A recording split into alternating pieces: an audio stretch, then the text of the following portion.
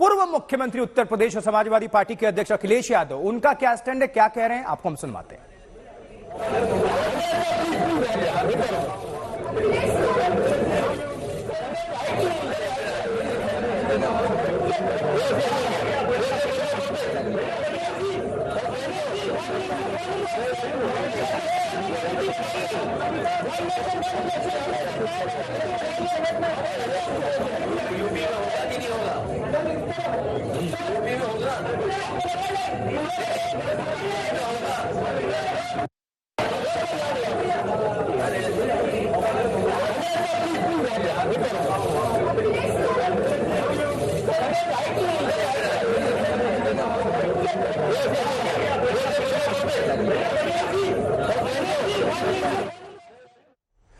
One nation one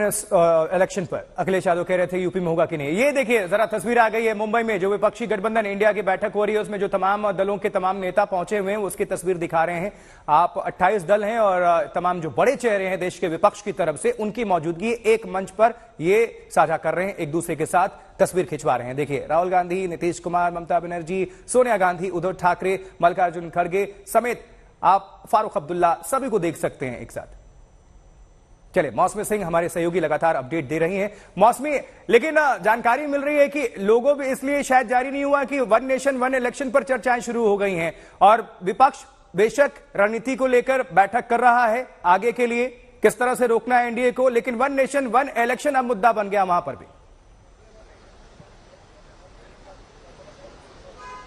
देखिए, पहले ऐसा था कि पटना में आपको याद हो कि ये कयास लगाए जा रहे थे कि अखिलेश यादव आएंगे कि नहीं और लोग जुड़ेंगे कि नहीं, लेकिन अब जिस तरह से वन नेशन वन इलेक्शन की चर्चा चली आई है, जाहिर तौर पे ये सारी जो प्रक्रिया है क्षेत्रीय क्षत्रपों को एक साथ लाने की, सीट शेयरिंग को लेके जो मतभेद है वो दूर करने की, जो भी आपस में डिफरेंसेस है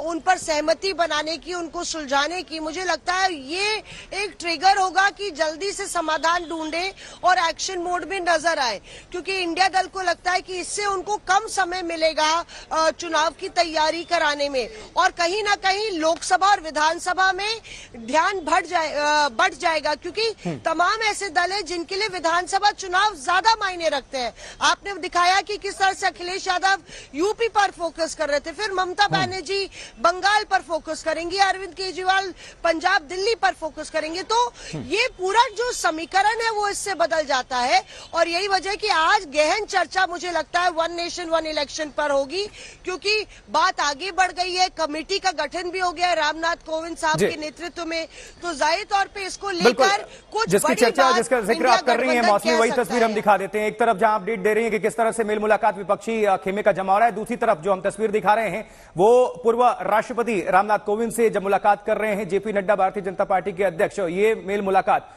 मौसमी दो बैठकें, दो तस्वीर हम दिखा भी रहे हैं। चलिए हिमांशु का भी रुख कर लेते हैं। हिमांशु, आपसे जानना चाहेंगे जो मेल मुलाकात हुई है जेपी नड्डा की रामनाथ कोविंद से, किस तरह से अभी इसको लेकर सुगबुगाहट तेज है?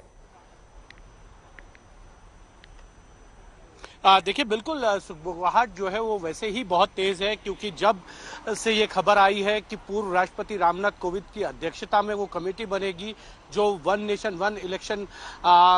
के ऊपर अपनी रिपोर्ट सौंपेगी, तो आज उसकी घोषणा हो सकती है राजीव। और जो हमारे सूत्र बता रहे हैं वो यही बता रहे हैं कि उसमें पूर्व सीजीआई, पूर्व कैबिनेट सेक्रेटरी और पूर्व मुख्य चुनाव आयुक्त जो है उसके मेंबर हो सकते हैं, एक सोशल एक्टिविस्ट उसके मेंबर हो सकते हैं, जो चुनाव में मतदान को लेकर या चुनावों को लेकर एक तरीके से मुहिम या अभियान चलाते रहे हैं, उनको भी मेंबर बनाया जा सकता है। तो 6 मेंबर्स की एक कमेटी का गठन जो है वो किया जा सकता है और आज ये माना जा रहा है कि दोपहर बाद जो है इस कमेटी के अन्य नामों, कमेटी के अन्य सदस्यों के नामों की घोषणा जो है वो कर दी जाएगी। लेकिन इतना जरूर है कि उस कमेटी के सामने बहुत बड़ी चुनौती ये होगी, क्योंकि वन नेशन वन इलेक्शन पर विपक्षी दलों का विरोध तो रहेगा ही, लेकिन साथ ही साथ कुछ ऐसी पेचीदगियां हैं जिनका सॉल्यूशन उनको देना होगा। आज के परिप्रेक्ष्य में आज वो माहौल नहीं है 1967 की तरह कि वन नेशन वन इलेक्शन काम करे, उसके बाद से नहीं किया। मैंने पहले भी कहा था उन सबको ध्यान में देखना होगा, क्योंकि आज का दौर है गठबंधन की सरकारों का। ठीक है। चाहे केंद्र में मोदी सरकार है, उनके पास पूर्ण बहुमत है,